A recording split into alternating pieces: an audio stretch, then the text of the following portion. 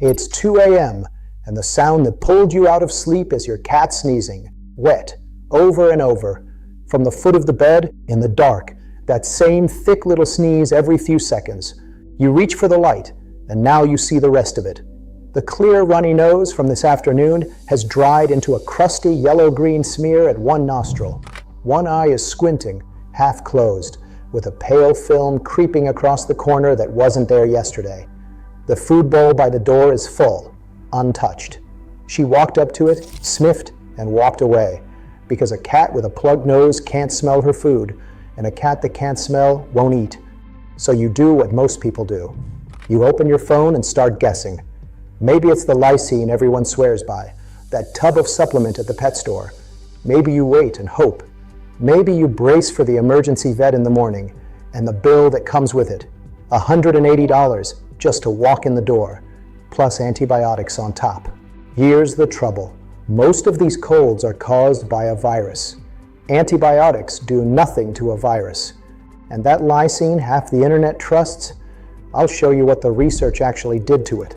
It isn't pretty. There's a better first move. It costs about $7, and most of it is already sitting in your bathroom right now. It doesn't fight the virus head on. It does something simpler that the virus can't push back against. And it's the same thing I reach for in my own practice before I ever touch the prescription pad. I've spent decades as a companion animal vet here in Portland. An old mentor of mine, the one who ran our shelter rotation, taught me something I never forgot. The fanciest thing in the room is usually the least useful. A steamy bathroom fixes more cats than a shelf full of supplements. So here's what you're getting. 4 simple steps, about $7, and the short list of warning signs that means skip all of this and go straight in. The thing everyone buys for cat colds is the one thing to stop buying. What actually works is 10 feet from where you're sitting. Let me first tell you what's actually going on inside your cat. Because once you understand it, every step I give you makes plain sense. What you're looking at is an upper respiratory infection. A cold, basically. It settles in the nose, the sinuses, the throat, and the eyes.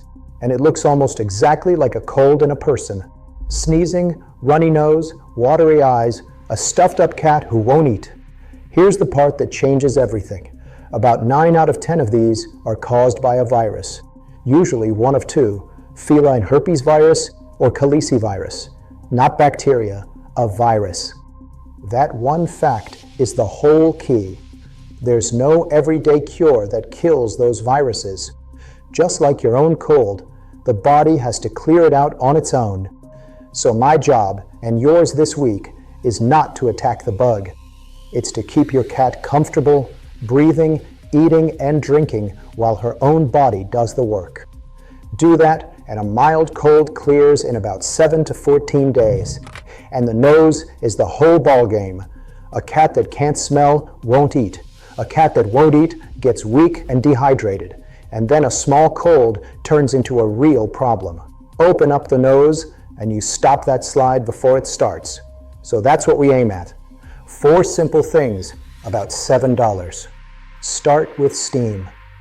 This is the single most powerful move I've got, and it costs you nothing. Warm, moist air loosens the thick mucus your cat can't clear on her own. Here's how. Run a hot shower, close the bathroom door, and sit in there with her for 10 to 15 minutes. She does not go in the water. She just breathes the steam-filled air. Do this 2 or 3 times a day, morning, evening, and once more if she's really plugged up. You'll often see her breathing ease before you even walk out. Same reason a hot shower clears your own head when you're sick. Now, hold that open nose through the rest of the day. That's step 2, and it's where a cheap little cool mist humidifier earns its keep. You can find one for about $15, and it costs pennies to run. Set it in the small room where your cat sleeps and let it go. The steam from the shower does the heavy lifting a few times a day. The humidifier keeps the passages from drying and crusting shut in between. If you already own one, this step is free. Step 3 is food, and this is where people get it wrong. They think their cat has stopped eating because she feels bad. Most of the time, she stopped because she can't smell. Fix the smell, and you fix the appetite. So warm her wet food, just slightly, a few seconds of warmth to lift the aroma. Reach for the strong smelling stuff. A spoon of warmed wet food, a little tuna packed in water, plain meat baby food with no onion or garlic in it. That last part matters. Onion and garlic are toxic to cats, so read the jar. And while you're at it, get water into her. A stuffed cat slides toward dehydration fast, and dehydration thickens the very mucus we're trying to thin. So you're working both ends of the same problem. Add a little water or a splash of low-sodium broth to her food. Put out more than one bowl. If you've got a pet fountain, now's the time. Wet food helps here too, because it's mostly water to begin with. Step 4 is the simplest, and people skip it because it seems too small to matter. It matters. Keep her face clean. Take a warm, damp cloth and gently wipe the discharge off her nose and eyes 3 or 4 times a day. Use a separate part of the cloth, or a separate cloth, for eyes versus nose, so you're not moving gunk from one to the other. Wipe from the inner corner outward. Here's why it's not trivial. Crusted nostrils are blocked nostrils. A cat can't breathe through a plugged nose, and a cat that can't breathe through her nose won't put her face down in a bowl to eat. Keep the face clear, and you keep the airway open, which keeps her eating. It all connects. Add it up. A hot shower you already have, a washcloth, a couple cans of good wet food, maybe a cheap humidifier. That's your $7, and most of it was in the house already.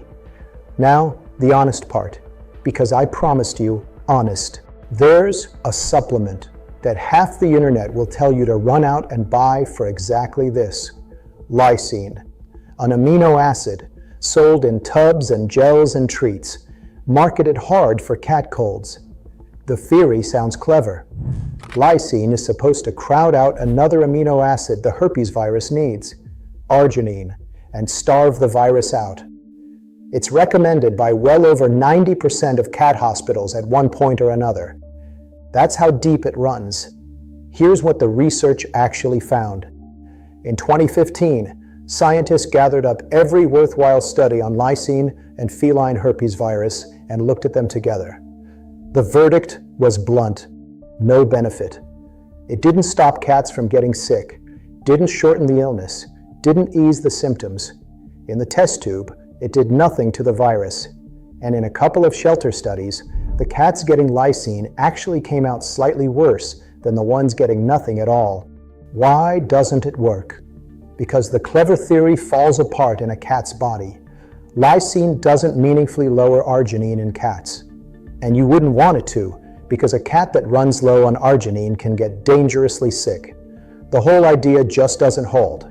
I'm not telling you this to make you feel foolish for buying it. Your own vet may have suggested it. I'm telling you so your money goes to the 4 things that actually move the needle instead of the tub that doesn't. Now here's the line I won't let you cross. Everything I've told you is for a mild cold in an otherwise healthy adult cat who is still eating and drinking. That's the whole boundary. Some cats need a doctor, not a steamy bathroom, and you need to know the difference. Go in, same day or to an emergency clinic if you see any of these: open mouth breathing or hard labored breathing. In a cat, that's always an emergency because cats breathe through the nose by default. Blue or pale gums, no eating for more than 24 hours. A cat gone flat and limp, or one clearly getting worse instead of better after a couple of days. Thick yellow-green discharge, a burning fever, or ulcers and heavy squinting in the eyes. And some cats get a lower bar than that. Kittens, old cats, any cat with a weak immune system. In them, a mild cold can turn into pneumonia fast, so don't wait it out. When in doubt, call. One more honest word, since I ragged on antibiotics up top. There's a time for them. If your vet finds a real bacterial infection riding along on top of the virus, Antibiotics are exactly right for that. What they can't do is touch the virus underneath. That's why just get antibiotics was never the smart first move. So next time the sneezing starts at 2 a.m., don't panic. Book the emergency slot. Run the shower first. Warm the food. Wipe the face. Watch her closely. And skip the lysine aisle on the way home. The fix your vet reaches for first was never on a shelf with a brand name. It was steam, a damp cloth, and knowing the few signs that mean go in now. If this saved you a worried night or a needless bill, subscribe. I put out plain, evidence-first pet care every week, and the next one covers the everyday food bowl habit quietly making cats sick. Tell me in the comments, what was your cat's worst cold